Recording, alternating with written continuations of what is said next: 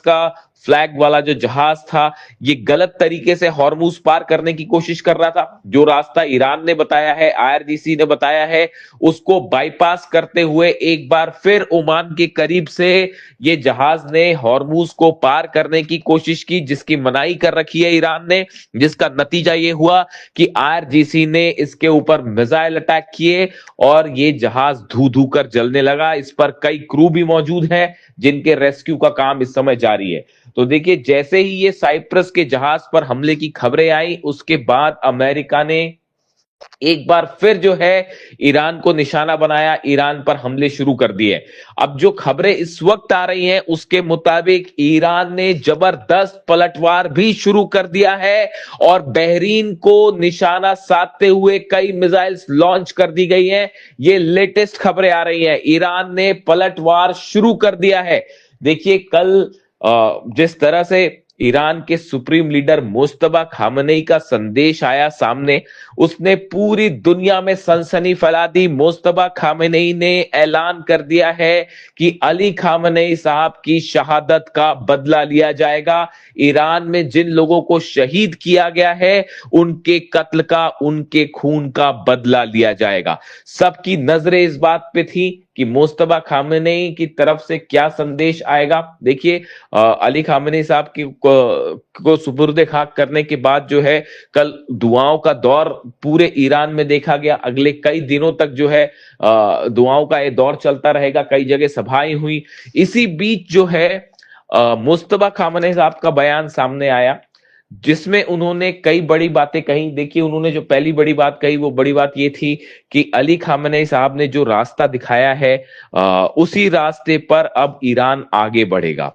उन्होंने कहा कि इमाम हुसैन ने हमें जो रास्ता दिखाया, उस रास्ते पे हम आगे बढ़ेंगे। यानी उन्होंने इमाम हुसैन का भी जिक्र किया। और तीसरी बड़ी बात उन्होंने ये कही कि अली खामनेई साहब की शहादत का बदला ईरान मांग रहा है और मेरी कौम इस बदले को पूरा करेगी, चाहे जो करना पड़े। देखिए, ये बहुत बड़ा संदेश था, जिसके बाद पूरी दुनिया में जो है वो ये खबरें छा गई कि मुस्तफा खामनेई की तरफ से ये ऐलान हो गया है कि हम हत्यारों से बदला लेंगे। उन्होंने नाम नहीं लिया, लेकिन सीधा इशारा डोनाल्ड ट्रंप की तरफ था। डोनाल्ड ट्रंप जिस तरह से बार बार ये कह रहे हैं कि मेरे पे हमला हो सकता है और अगर मुझे कुछ हुआ तो मिसाइल दाग दी जाएंगी, इस तरह के बयान कल डोनाल्ड ट्रंप की तरफ से सामने आए।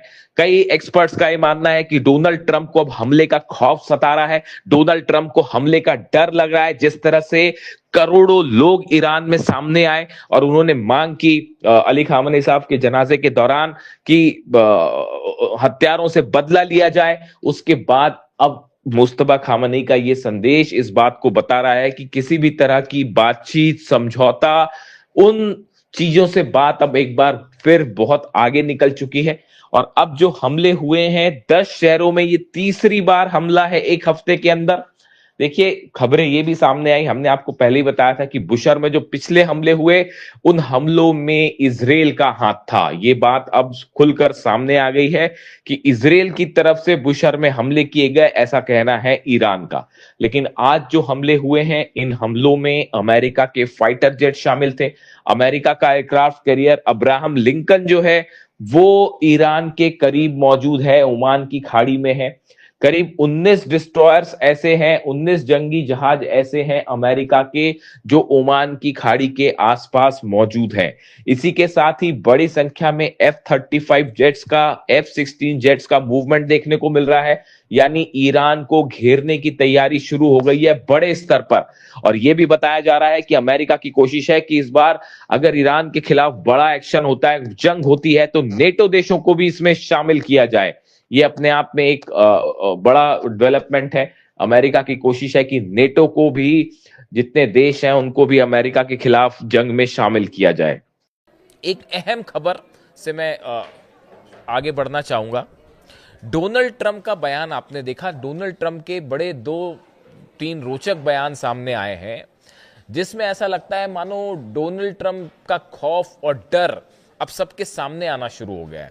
वो ये कह रहे हैं कि अगर मुझ पर हमला हुआ तो 1000 मिसाइल्स ईरान पर दाग दूंगा। ये बयान आपने कल सुना होगा कि उन्होंने सोशल मीडिया पर लिखा कि मैंने अमेरिका की सेना को आदेश दे रखा है कि अगर मेरे पे हमला होता है तो उसके बाद ईरान पर कैसे हमले किए जाएंगे, 1000 मिसाइल्स दाग दी जाएंगी, कई साल तक हमले किए जाएंगे, हम ईरान का नामो निशान मिटा देंगे। इस तरह की बातें उन्होंने की। तो बड़े सारे एक्सपर्ट्स जो एनालाइज करते हैं डोनाल्ड ट्रंप को, उनका कहना है, उनका ऐसा मानना है कि अब ये क्या डोनाल्ड ट्रंप का डर सामने आ रहा है, डोनाल्ड ट्रंप को खौफ है किसी चीज़ का। बताया जाता है मोसाद ने इनपुट दिया, जैसी खबरें चल रही थी कि मोसाद की तरफ से इनपुट आया और नेतन्याहू ने ये जानकारी दी डोनाल्ड ट्रंप को कि ईरान जो है वो हमला कर सकता है, डोनाल्ड ट्रंप को निशाना बना सकता है। उसके बाद इस तरह की तमाम बातें अमेरिका में भी उस पर चर्चाएं शुरू हो गई हैं। इन सब के बीच देखिए ईरान के, इसका जिक्र मैं फिर इसलिए कर रहा हूं, ईरान में आईआरजीसी के चीफ अहमद वाहिदी साहब का एक बयान सामने आया है इसी मामले से जुड़ा, डोनाल्ड ट्रंप के इस पूरे मामले से जुड़ा कि मेरी मौत हुई तो कोई नहीं बचेगा। पहले उन्होंने ये कहा, फिर अब ये 100 मिसाइल दाग दूंगा अगर मुझ पर हमला हुआ तो अहमद वाहिदी साहब ये कह रहे हैं, आरजीसी चीफ कह रहे हैं, seeking justice for those slain in the एलिज्ड US Israeli strike remains a legitimate and unforgettable demand. वो ये कह रहे हैं अमेरिका और इजराइल ने ईरान में जिन लोगों को शहीद किया है उनका बदला लेना एक लेजिटिमेट और अनफॉरगेटेबल डिमांड है। यानी हम कभी इस बात को नहीं भूलेंगे कि ईरान में जिन लोगों को शहीद किया गया उनकी शहादत को हम कभी नहीं भूलेंगे, और उनका बदला लेना पूरी तरह से वैधानिक और लेजिटिमेट डिमांड है। ये कौन कह रहा है? ये आईआरजीसी के चीफ कह रहे हैं। देखिए डोनाल्ड ट्रंप के इस खौफ का एनालिसिस कर रहे हैं हम।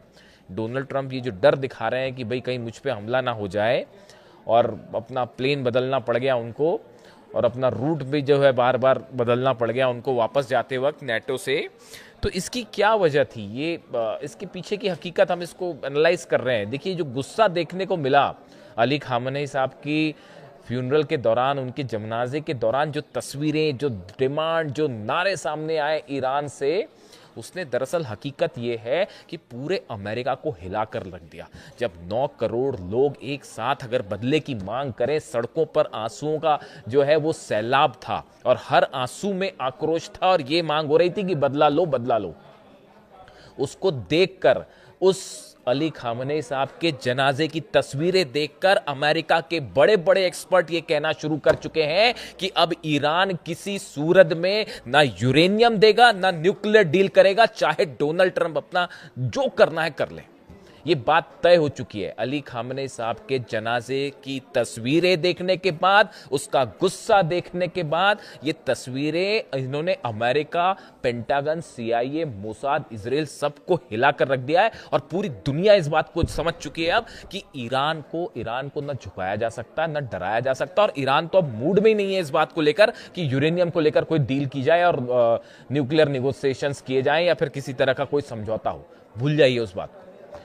वो उस आक्रोश में बह गया, ये जो एमओयू था वो बह गया, वो अंडरस्टैंडिंग्स जो वाली बातें थी वो सब खत्म हो गई उन आंसुओं के सैलाब में जो अली खामनेई साहब के जनाजे में देखने को मिली। तो अब देखिए ये अहमद वाहिदी साहब का बयान देखिए। पहली बात वो कह रहे हैं कि जो शहीद हुए हैं ईरान में उनका बदला लेना जो है वो एकदम लेजिटिमेट होगा और अनफॉरगेटेबल होगा, हम भूलेंगे नहीं। वो ये भी कह रहे हैं कि खामनेई साहब की शहादत ने पूरे ईरान को एकजुट कर लिया है। ये जो बयान है अहमद वाहिदी साहब के, ये बता रहे हैं कि अगला जंग में क्या होने वाला है, और ये जो चर्चाएं चल रही हैं फिर से बैकडोर से किसी तरह से, हकीकत यह है साहब अमेरिका की अब हालत नहीं है ईरान से जंग करने की। ये आप दुनिया भर के एक्सपर्ट्स से बात करके देख लीजिए। जहां तक जो मेरी समझ कह रही है, अमेरिका अगर इस पोजीशन में जब भी होता है ना कि अपने दुश्मन को हमला करके खत्म कर दे, तो वो हमला करके खत्म कर देता है, पूछता नहीं है। उसको पता था कि सद्दाम मुकाबला नहीं कर पाएंगे तो सद्दाम पे हमला कर दिया, स्ट्राइक, चाहे जो कारण बता दिया। ईरान पे ये संभव नहीं है। 2 दिन हमला करने के बाद डोनाल्ड ट्रंप क्यों रुक गए? कर देते स्ट्राइक, इजराइल कर देता स्ट्राइक, आप क्यों रुक गए? इसलिए रुक गए ना कि वो आप 80 मार रहे थे, वो 85 मार रहा था मिसाइल्स।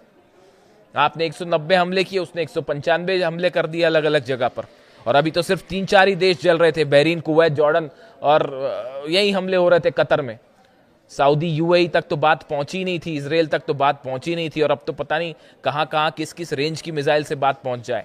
तो देखिए, यही बात कह रहे हैं अहमद वाहिदी साहब, कह रहे हैं कि अली खामनेई साहब की शहादत ने पूरे ईरान को एकजुट कर दिया है और आक्रोश से भर दिया है, और हर कोई उनके खून का बदला चाहता है। ये आईआरजीसी के चीफ कह रहे हैं, ईरान की सेना आईआरजीसी के चीफ जो है उनके शब्द हैं, जिन्होंने खामनेई साहब पर हमला करवाया है या हमला किया, उन सब से बदला लिया जाएगा। वो ये कह रहे हैं किसी भी कीमत पर हम उन्हें माफ नहीं करेंगे। जो अली खामनेई साहब के असैसिनेशन में शामिल थे, उनकी शहादत की प्लानिंग में, उन पर हमला करने की प्लानिंग में शामिल थे, उनसे बदला लिया जाएगा।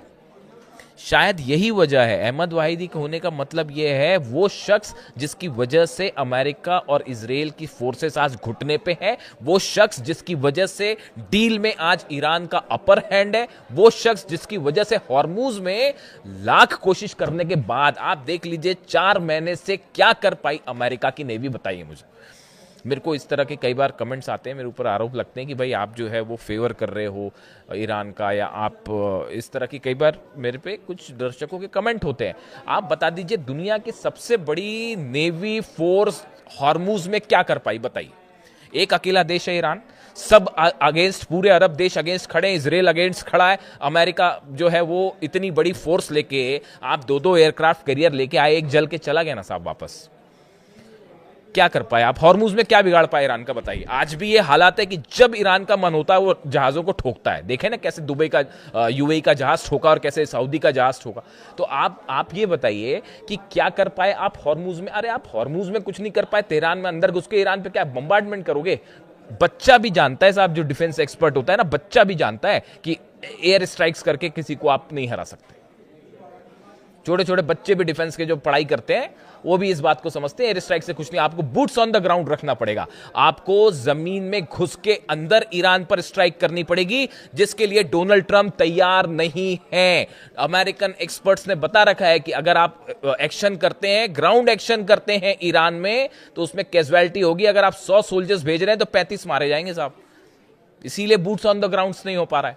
अब जो डोनाल्ड ट्रंप कह रहे हैं कि ये जो बार बार इस बात की चर्चाएं हो रही हैं कि भाई अगर मेरे पे हमला होता है, मेरी मौत होती है, तो मैं ऐसा कर दूंगा, वैसा कर दूंगा, उसी को लेके अहमद वाहिदी साहब ने इसका जवाब दिया है।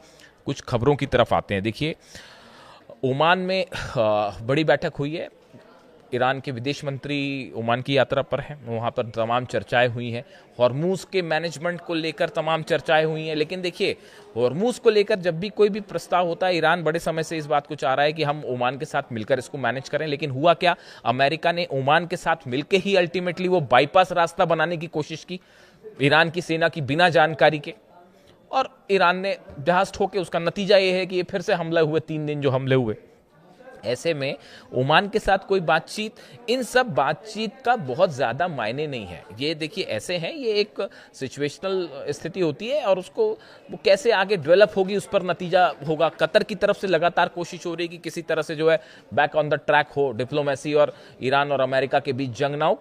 कतर भी इस कोशिश में जुला हुआ है, कतर ने भी अपना डेलीगेशन तेहरान भेज चुका है और वो सबसे मुलाकात हो रही है कि भाई किसी तरह से जंग टाली जाए। कई देश इसमें कोशिश कर रहे हैं। देखिए, इसी बीच एक बेहद अहम खबर यह भी है कि डोनाल्ड ट्रंप ने सऊदी के क्राउन प्रिंस मोहम्मद बिन सलमान से फोन पर बात की और उनसे उन्होंने हॉर्मूज को लेकर, ईरान को लेकर डिटेल में डिस्कशन किया है।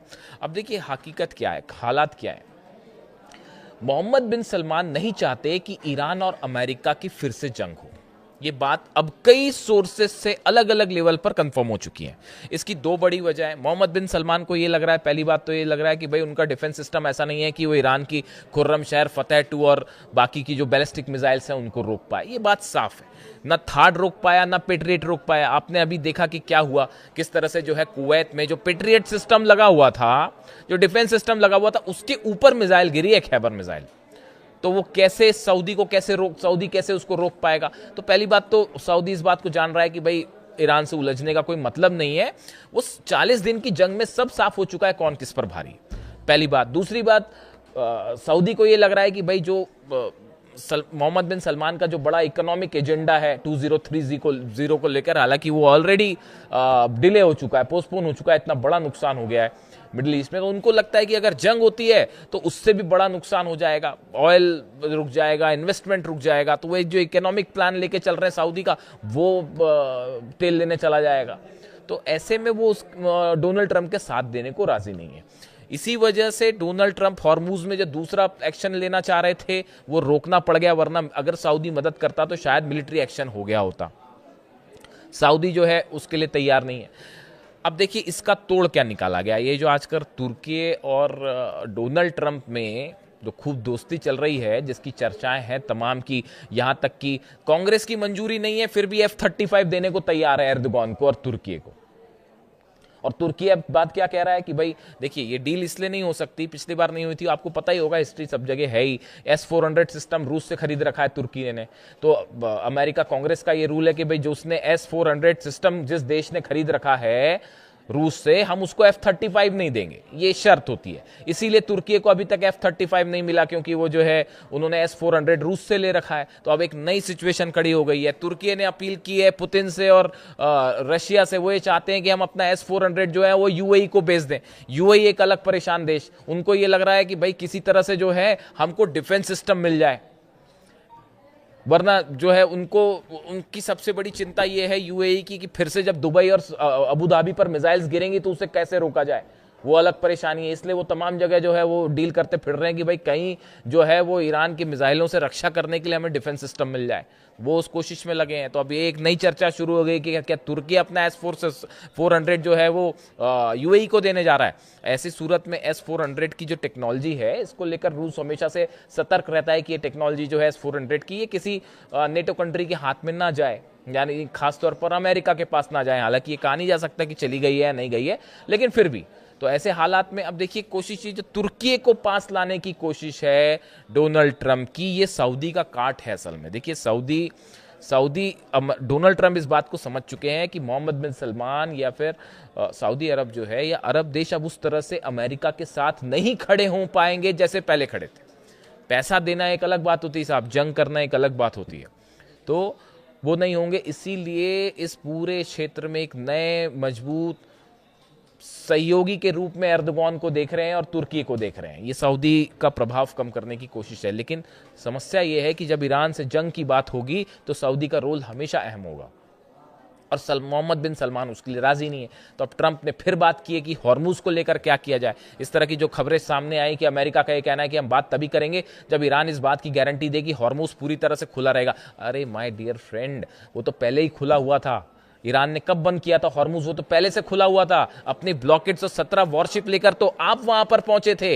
मतलब इसीलिए देखिए कहा जाता है, मैं कई बार कहता हूं अमेरिका में, मैं सुनता कई लोगों को, तो ये कहते हैं कि भाई how not to do a foreign policy, ये उसका परफेक्ट एग्जाम्पल है। डोनाल्ड ट्रंप ने और अमेरिका ने वो एग्जाम्पल पेश किया है कि विदेश नीति कैसे ना की जाए, how not to do a foreign policy, this is the perfect example. वो पहले से हॉर्मूज खुला था, उसको बंद करवा दिया, अब हाथ पैर जोड़ रहे हैं कि साहब इसको खोल दो, इसको खोल दो, इसको खोल दो, क्योंकि रूस का ऑयल जल रहा है, उस पर नजर रखिए आप। वो अलग से मैं बात करूंगा। रूस, चीन और ईरान की तीनों के ईरान के एटमी प्रोग्राम को लेकर बड़े डेवलपमेंट है रशिया चाइना के बीच में।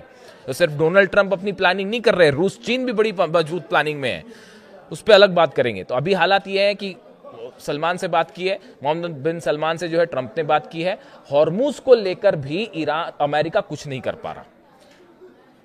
बिना ईरान की परमिशन के हॉर्मूज नहीं खुल सकता, जंग का कोई नतीजा होगा नहीं। ऐसे सूरत में हॉर्मूज फिर से बंद होना तय है। रूस का ऑयल ऑलरेडी जल रहा है, 112 से 13 ऑयल रिफाइनरीज और ऑयल ठिकानों पर हमले हो चुके हैं, तेल की कमी है। ऐसे में अगर ईरान पूरी तरह से हॉर्मूज बंद कर दे, हो गया काम। तो फिर अब उसके लिए भी डोनाल्ड ट्रंप तैयार नहीं है, इसीलिए हमले रोके गए ईरान पर। 3 दिन ये हमले जो चले और रोके गए। और देखिए एक बात और, ये बात भी अब साफ हो चुकी है, जो तीसरा मैं आपको कह रहा था पिछले वीडियो में, मैंने आपको बताया था जिसमें मैंने रेडिएशन वाली बात की थी, कि जो तीसरे हमले हुए, तीसरे दिन जो हमले हुए, सेंटकॉम ने कह दिया साहब हमले नहीं किए, अमेरिका ने कह दिया हमले नहीं किए। तो हुए कैसे हमले? यही शक मैं जता रहा था बार बार आपको कि इजराइल के फाइटर जेट्स भी इसमें शामिल थे। जो हमले अमेरिका की तरफ से हो रहे थे, इजराइल का उसमें नाम नहीं था, लेकिन इजराइल के फाइटर जेट्स उसमें शामिल थे। और तीसरे दिन शायद ये बात हुई कि कोऑर्डिनेशन की कुछ कमी हुई और इजराइल ने अपने हमले जारी रख दिए और वो 3 जगह धमाके हो गए। और ये बात साफ हो गई, इसलिए ईरान ने ये कहा है, अब ईरान ने साफ ऐलान कर दिया है कि अब हमला कोई भी करे हम पे, चाहे अमेरिका हमला करे, चाहे कोई अरब देश हमला करे, नतीजा ये होगा कि साहब इजराइल पर तो हम हमला जरूर करेंगे। ये ईरान का ऐलान हो गया है कि अब हमला हम पे कोई भी करेगा, चाहे डोनाल्ड ट्रंप करवाए, चाहे सऊदी करवाए, चाहे यूएई करवाए या कोई अरब देश करवाए, अगर ईरान पर हमला होता है, स्ट्राइक होती है, तो our first target will be Israel. हम इजराइल पर हमला जरूर करेंगे। तो वो जो एक कॉन्स्पिरेसी थी वो सामने आ गई है। और बुशर पर जो आखिरी दिन हमले हुए हैं, बुशर के कोर प्लांट से बड़े कुछ मीटर की दूरी पर ही मिसाइल्स गिरी हैं। इसने इजराइल, इस एक्शन ने रूस को खास तौर पर अलर्ट कर दिया है। बताया जा रहा है कि पुतिन ने खुद बात की है ईरान के बड़े अधिकारियों के साथ कि अगर बुशर के प्लांट से रेडिएशन हो गया तो उसका क्या होगा और उसे कैसे रोका जाए, इसको लेकर चर्चाएं शुरू हो गई हैं। यानी माना जा रहा है कि बुशर प्लांट निशाने पे, देखिए नतांज फोर्दो इस्फहान से अब रेडिएशन नहीं होगा, वहां तो जो कुछ है मलबे के नीचे साहब, अब उस पर कुछ नहीं होगा हमला, वहां से रेडिएशन नहीं होगा। रेडिएशन होगा इस बुशर के प्लांट से, जहां पर 2 न्यूक्लियर रिएक्टर्स इस समय काम कर रहे हैं और सेंट्रीफ्यूजेस लगे हैं। वो मिसाइल अगर उस दिन गिर गई होती उस बुशर के ऊपर, प्लांट के ऊपर, तबाही मच गई होती, तबाही। इसको लेकर रूस की तरफ से बड़े अलर्ट हैं, प्लान तैयार हैं। तो इन हालात में दोनों तरफ से बड़ी जंग की तैयारी है। ईरान की तरफ से बताया जा रहा है, जो धमकी आई कि 1000 मिसाइल दाग देंगे, उसके बाद ऐसी भी खबरें हैं ईरान से कि ईरान ने अपनी 1000 मिसाइल्स रेडी कर ली है। यानी अमेरिका की 1000 मिसाइल वर्सेस ईरान की 1000 मिसाइल्स। इससे जुड़ा जो भी अपडेट होगा आप तक पहुंचाऊंगा। वीडियो कैसा लगा जरूर बताइए। Thank you so much.